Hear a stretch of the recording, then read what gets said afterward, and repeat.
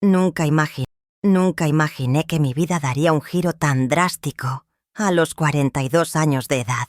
Yo, María Fernanda, una mujer brasileña que siempre priorizó a la familia por encima de todo, me vería en medio de una situación que jamás pensé que viviría. Pero voy a contar todo desde el principio, porque creo que mi historia puede servir de lección para otras mujeres que, como yo, confiaron ciegamente en el amor. Conocí a Ricardo cuando yo tenía apenas 25 años. Él era un ingeniero civil exitoso, 5 años mayor que yo, con ese encanto masculino que me conquistó desde el primer encuentro. Nos conocimos en la boda de una amiga en común, en Sao Paulo. Recuerdo perfectamente esa noche. Yo llevaba un vestido azul marino que resaltaba mis ojos castaños, y él no dejaba de mirarme durante toda la fiesta. Ricardo era galante, atento, y tenía grandes planes para el futuro. Conversamos toda la noche sobre viajes, sueños y aspiraciones. Me habló de su trabajo en grandes proyectos de construcción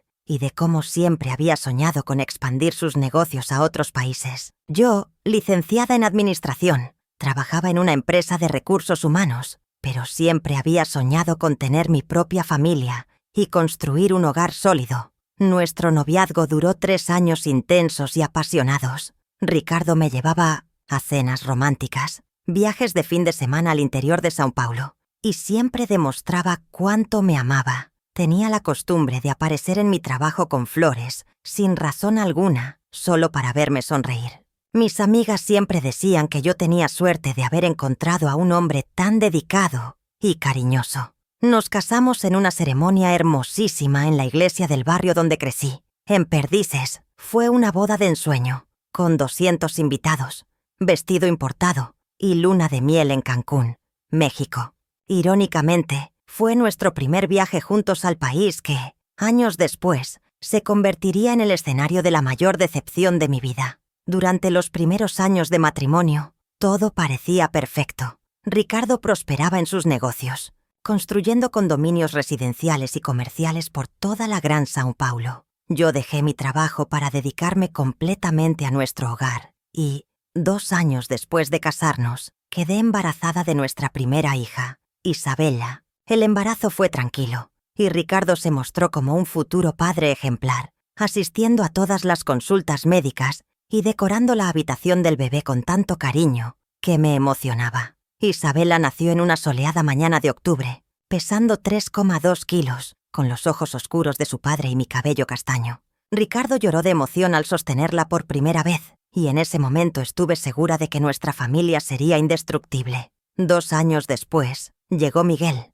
nuestro segundo hijo, completando nuestra felicidad familiar. La rutina era agitada, pero placentera. Yo cuidaba a los niños mientras Ricardo trabajaba, y los fines de semana hacíamos planes en familia, parques, playas, almuerzos en casa de mis padres o de mis suegros.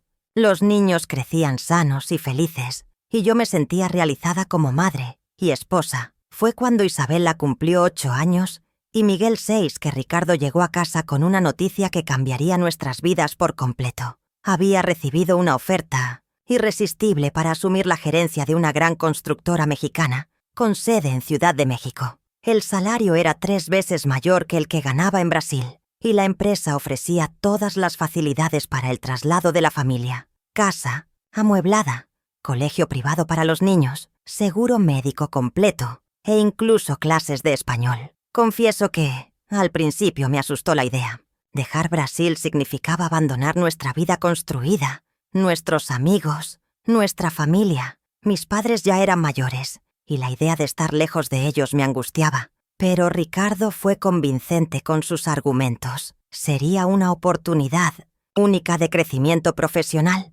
Los niños aprenderían un nuevo idioma y tendríamos una mejor calidad de vida. «María, piénsalo bien», me decía, sosteniéndome las manos durante nuestras largas conversaciones sobre el tema. «Es una oportunidad para darle un futuro aún mejor a Isabela y Miguel. Y no es para siempre. En 5 años, volvemos con una reserva financiera que nos permitirá vivir tranquilos el resto de nuestras vidas». Después de mucha reflexión y de hablar con mi familia, decidimos aceptar la propuesta. Los preparativos para la mudanza fueron intensos y emocionantes. Vendimos nuestra casa en Sao Paulo, nos deshicimos de muchos muebles y electrodomésticos, y nos despedimos de amigos y familiares en una fiesta de despedida que organizaron para nosotros. La llegada a México fue un choque cultural y emocional enorme. Ciudad de México es una metrópolis gigantesca, con más de 20 millones de habitantes, tráfico caótico y una energía completamente distinta a la de Sao Paulo. El apartamento que la empresa nos ofreció estaba en Polanco, un barrio exclusivo de la ciudad, en un edificio moderno con todas las comodidades que podríamos desear. Las primeras semanas fueron de intensa adaptación. Los niños tuvieron que inscribirse en una escuela americana del barrio, donde las clases eran en inglés y español. Isabela, al ser mayor, tuvo más dificultades para adaptarse, llorando casi todas las noches por la falta de sus amigos brasileños. Miguel, al ser más pequeño, se adaptó más rápido, haciendo amigos con facilidad. Yo me inscribí en un curso intensivo de español en el Instituto Cervantes y al mismo tiempo intentaba establecer una rutina en la nueva ciudad.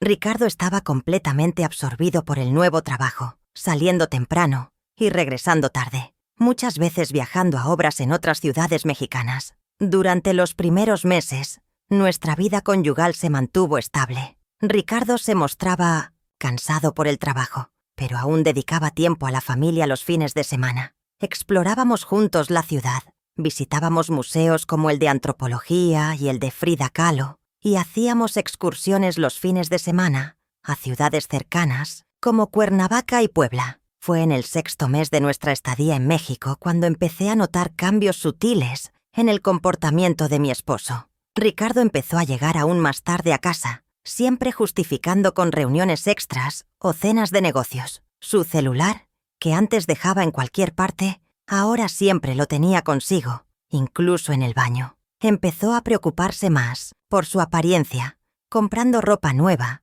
y usando un perfume diferente que yo no conocía. Al principio, atribuí esos cambios al estrés del nuevo trabajo y a la presión de adaptarse a un país diferente. Traté de ser comprensiva y apoyarlo de la mejor manera posible, preparando sus platos favoritos, manteniendo la casa organizada y asegurándome de que los niños no lo molestaran cuando llegaba cansado. Pero los cambios se volvieron más evidentes con el paso de los meses. Ricardo empezó a recibir llamadas extrañas los fines de semana, siempre alejándose para contestar. Cuando le preguntaba quién era, respondía de forma evasiva: trabajo o proveedor. También empezó a salir solo los fines de semana, alegando compromisos laborales o la necesidad de conocer mejor la ciudad por motivos de trabajo. Una noche, mientras se bañaba, su celular sonó insistentemente sobre la cama. Sin pensarlo mucho, miré la pantalla y vi varios mensajes de un contacto guardado, simplemente como Carmen. Los mensajes estaban en español, pero ya entendía lo suficiente como para darme cuenta de que no se trataba de asuntos profesionales. Había emojis de corazón y mensajes como «Te extraño mucho, mi amor». Mi corazón se aceleró. Sentí como si el suelo desapareciera bajo mis pies. Por unos segundos, me quedé paralizada, sosteniendo el teléfono con manos temblorosas, tratando de procesar lo que estaba viendo. Cuando escuché el sonido de la ducha deteniéndose, rápidamente volví a dejar el celular en su lugar y fingí estar dormida. Pasé toda la noche en vela, con la mente hirviendo de pensamientos. ¿Quién era Carmen? ¿Desde cuándo estaba ocurriendo esto? ¿Cómo pude haber sido tan ingenua para no darme cuenta antes? Me sentía traicionada, humillada y al mismo tiempo confundida. El hombre con quien construí una familia, con quien compartí 17 años de mi vida, me estaba engañando en un país extranjero, lejos de todo mi apoyo familiar. En los días siguientes, empecé a observar a Ricardo con más atención. Cada gesto, cada palabra, cada cambio de humor. Era como si estuviera conociendo a un extraño. Seguía siendo cariñoso con los niños, pero conmigo había una frialdad que antes no había notado.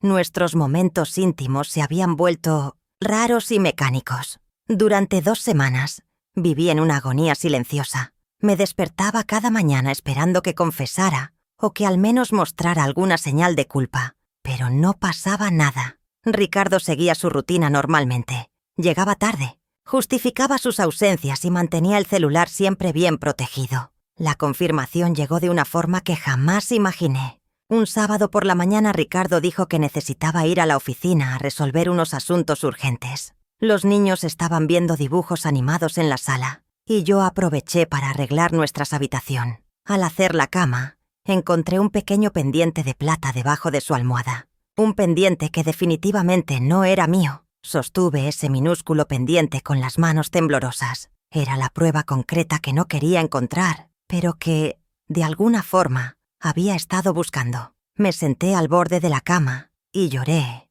como no lo hacía desde hacía años, tratando de ahogar los sollozos para que los niños no escucharan. Cuando Ricardo llegó a casa al final de la tarde, yo ya estaba decidida a confrontarlo. Esperé a que los niños se durmieran y, con el pendiente en la mano, entré al cuarto donde él se estaba cambiando de ropa. «Ricardo, tenemos que hablar», dije con la voz más firme que pude reunir. Él me miró con esa expresión de quien ya sabe que ha sido descubierto. «¿Sobre qué, María?». Le mostré el pendiente en la palma de mi mano. «Sobre esto, sobre Carmen, sobre esta farsa en la que se ha convertido nuestra vida». El silencio que siguió fue ensordecedor. Ricardo me miró durante unos segundos y pude ver el momento exacto en el que decidió no negar más. «¿Cómo lo descubriste?», fue lo primero que dijo, confirmando mis peores temores. «Eso ya no importa, Ricardo. Lo que importa es que me estás engañando. Llevamos menos de un año en México, lejos de toda nuestra familia, intentando construir una vida mejor, y tú me estás apuñalando por la espalda». Mi voz estaba alterada, pero intentaba mantener el control para no despertar a los niños. Ricardo se sentó en la cama y se pasó las manos por el rostro, en un gesto de cansancio y resignación. «María, no quería que fuera así. No fue planeado. ¿Sucedió? Lo interrumpí, incrédula. «La traición no sucede, Ricardo. La traición es una elección que tú hiciste todos los días durante las últimas semanas, quizás meses». Él intentó acercarse a mí, pero yo retrocedí instintivamente. «Déjame explicarte. Carmen trabaja en la empresa. Es arquitecta responsable de los proyectos urbanísticos. Empezamos a trabajar muy cerca y también decidiste trabajar cerca de ella en la cama». Mi voz estaba cargada de sarcasmo y dolor. «No fue así, María. No entiendes la presión que estoy viviendo aquí. Es un trabajo muy distinto, una cultura diferente. Carmen me ayudó mucho a adaptarme. ¿Ella qué, Ricardo? ¿Te ofreció servicios que tu esposa no estaba ofreciendo? ¿Te dio lo que no tenías en casa, con tu familia?» Ricardo suspiró profundamente antes de responder. «María, nuestra relación ya no era la misma. Tú estabas siempre preocupada por la adaptación de los niños, por el curso de español, por la nostalgia de Brasil. Nos distanciamos». Esas palabras fueron como un puñetazo en el estómago. Estaba culpándome a mí por su traición. «Entonces, ¿ahora es mi culpa? Porque estaba tratando de adaptar a nuestra familia a un país nuevo. Porque estaba cuidando de nuestros hijos mientras tú trabajabas. La culpa de tu infidelidad es mía». «No es eso, María. Solo estoy tratando de explicarte cómo ocurrieron las cosas». «Las cosas no ocurren, Ricardo. Tú elegiste estar con ella. Tú elegiste traicionarme. Tú elegiste destruir nuestra familia». La discusión se extendió hasta la madrugada. Ricardo me contó que conoció a Carmen en su primer mes de trabajo, que ella era mexicana, de 35 años, divorciada y sin hijos, que al principio solo era una relación profesional, pero que evolucionó a una amistad cercana y eventualmente a una relación amorosa. «¿Cuánto tiempo?», pregunté, aunque no estaba segura de querer saber la respuesta. «3 meses», respondió en voz baja. 3 meses, una cuarta parte del tiempo que llevábamos en México, mientras yo me desvivía por crear un hogar para nuestra familia en un país extraño. Él construía una nueva vida con otra mujer. «¿La amas?». La pregunta salió de mi boca antes de que pudiera pensar. Ricardo tardó en responder, y ese silencio fue más doloroso que cualquier palabra. «Yo no lo sé, María. Es complicado. Complicado es tratar de mantener una familia unida en un país extranjero. Complicado es lidiar con niños que extrañan a sus abuelos. El amor no es complicado, Ricardo. O amas o no amas». Esa noche, Dormimos en habitaciones separadas por primera vez en 17 años de matrimonio. Me encerré en el cuarto de los niños, mientras Isabela y Miguel dormían tranquilamente, ajenos al hecho de que su familia se estaba desmoronando. Los días siguientes fueron los más difíciles de mi vida. Intentaba mantener la normalidad para los niños, pero por dentro estaba destrozada. Ricardo seguía yendo a trabajar normalmente, y nuestras conversaciones se limitaban a lo estrictamente necesario sobre la rutina de los niños. Una semana después de nuestra discusión, Ricardo llegó a casa con una propuesta que me dejó aún más devastada. María, necesito un tiempo para pensar. Carmen consiguió un apartamento temporal para mí. Me voy a quedar allí unas semanas para decidir qué hacer. Decidir qué hacer, repetí, incrédula. Ricardo, tienes una familia, 2 niños que te aman, 17 años de matrimonio. ¿Qué hay que decidir? Necesito entender mis sentimientos. Necesito espacio para pensar con claridad. En ese momento me di cuenta de que ya había perdido a mi marido. El hombre frente a mí ya no era el Ricardo que conocía. Era un extraño, que estaba eligiendo una vida nueva, descartando nuestra historia como si no tuviera ningún valor. ¿Y los niños, Ricardo? ¿Cómo vas a explicarles a Isabela y Miguel que papá va a vivir en otro lugar? Les diremos que es temporal, por el trabajo. Otra mentira, otra traición a los niños que confiaban en él incondicionalmente. Ricardo hizo las maletas a la mañana siguiente, mientras los niños estaban en la escuela. Ver sus pertenencias siendo empacadas fue una de las visiones más dolorosas de mi vida.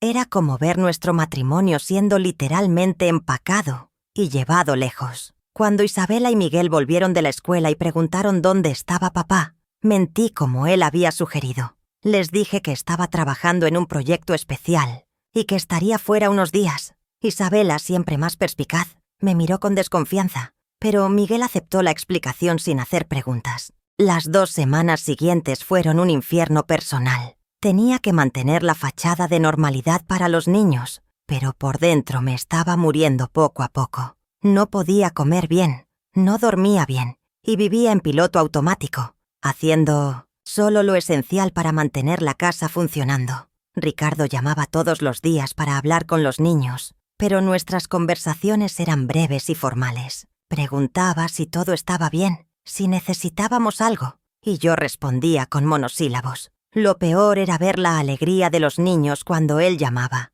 preguntando cuándo volvería a casa. Fue durante ese periodo que comencé a cuestionarme sobre mi futuro. Estaba en un país extranjero, sin familia cercana, con 2 niños pequeños, financieramente dependiente de un hombre que me había abandonado por otra mujer. Me sentía completamente perdida y vulnerable. Una noche, mientras los niños dormían, decidí llamar a mi madre en Brasil.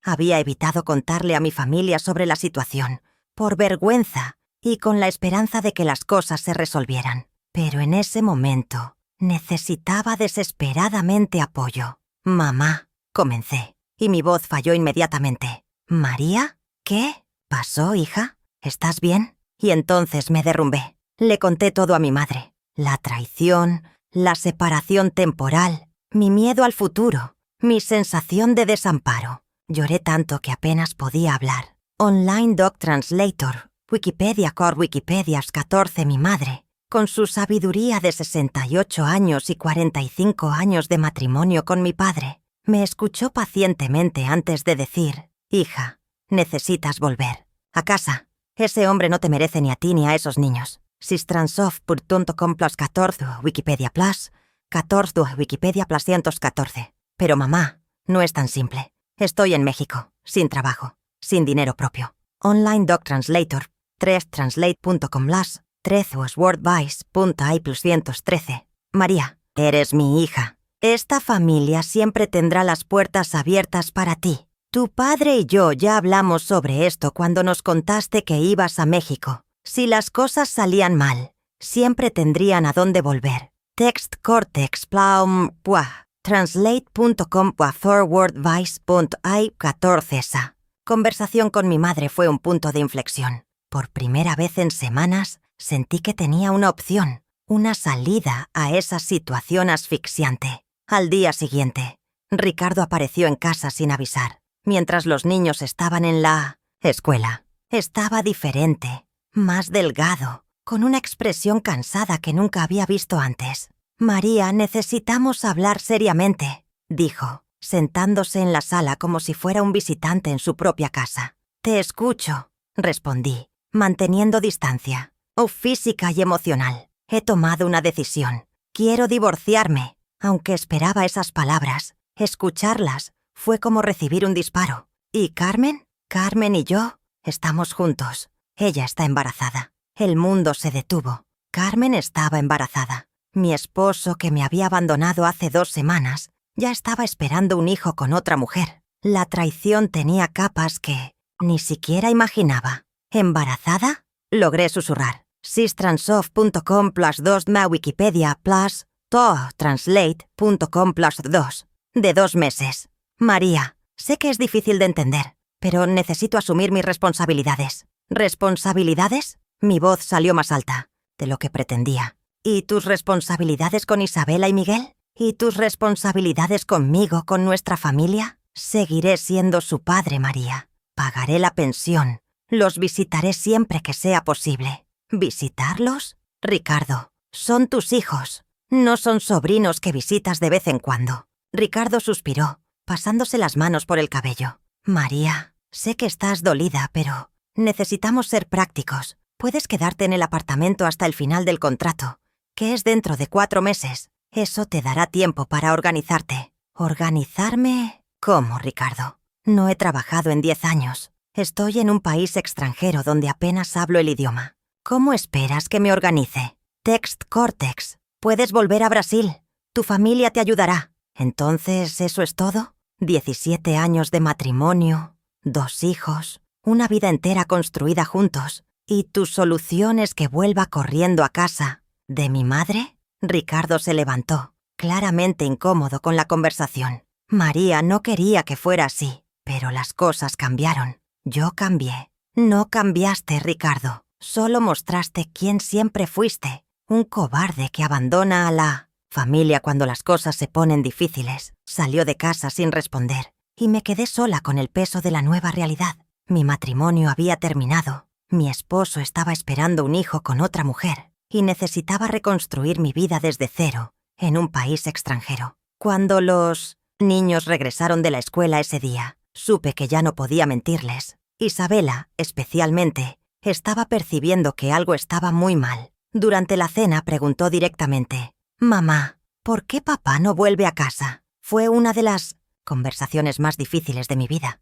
Intenté explicar de forma adecuada para sus edades que papá y mamá ya no vivirían juntos, pero que eso no cambiaba el amor que teníamos por ellos. Isabela comenzó a llorar inmediatamente. «¿Pero por qué, mamá? ¿Hicimos algo mal?». «No, mis amores, no hicieron nada mal. A veces, los adultos toman decisiones difíciles que no tienen nada que ver con ustedes». Miguel, siendo más pequeño, no entendió completamente la situación, pero percibió que algo muy serio estaba sucediendo. Se aferró a mí y dijo: «Mamá, no quiero que papá se vaya». Esa noche los 3 dormimos juntos en mi cama, yo abrazada a mis hijos, todos llorando en silencio. Era el fin de una era y el inicio de un viaje que no había elegido, pero que necesitaba enfrentar. En los días siguientes, comencé a organizar nuestro regreso a Brasil. Llamé a la escuela de los niños, cancelé contratos, me puse en contacto con una empresa de mudanzas internacionales. Cada trámite era doloroso,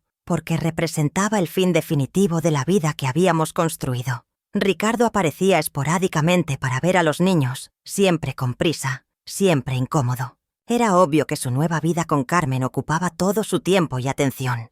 Los niños percibían esa diferencia en el comportamiento del padre, y eso lo sería profundamente. 2 semanas antes de nuestro regreso a Brasil, Ricardo me buscó para hablar sobre los aspectos prácticos del divorcio. Había contratado a un abogado y quería resolver todo de forma amistosa. «María, sé que estás enojada conmigo, pero necesitamos pensar en el bienestar de los niños. No quiero que esto se convierta en una guerra». «¿Una guerra, Ricardo? Quien comenzó esta guerra fuiste tú cuando decidiste traicionarme y abandonar a tu familia. Pagaré la pensión alimenticia para Isabela y Miguel, un valor justo que les permita tener una vida digna en Brasil. ¿Y crees que el dinero lo resuelve todo? ¿Crees que un depósito mensual compensará la ausencia del padre en sus vidas? Los visitaré siempre que sea posible. Y ellos pueden venir a visitarme en mi nomen, las vacaciones escolares. ¿Visitar, Ricardo? ¿Tus hijas te visitarán como si fueran turistas en la vida de su propio padre? Pero sabía que discutir no llevaría a ningún lado. Ricardo había hecho su elección, y ahora necesitaba enfocarme en reconstruir mi vida y la de mis hijos. El regreso a Brasil fue emocionalmente devastador y al mismo tiempo liberador. Mis padres nos recibieron en el aeropuerto con lágrimas en los ojos, abrazando a los nietos que no veían hacía casi un año. La casa de mi infancia nunca me pareció tan acogedora. Las primeras semanas fueron de adaptación. Isabela y Miguel necesitaban matricularse en escuelas brasileñas, readaptarse al portugués como lengua principal, reconectarse con los abuelos y primos. Fue un proceso doloroso, pero necesario. Necesitaba urgentemente encontrar trabajo. Después de 10 años fuera del mercado, era un desafío inmenso. Mi formación en administración estaba desactualizada y no tenía experiencia reciente para presentar en entrevistas.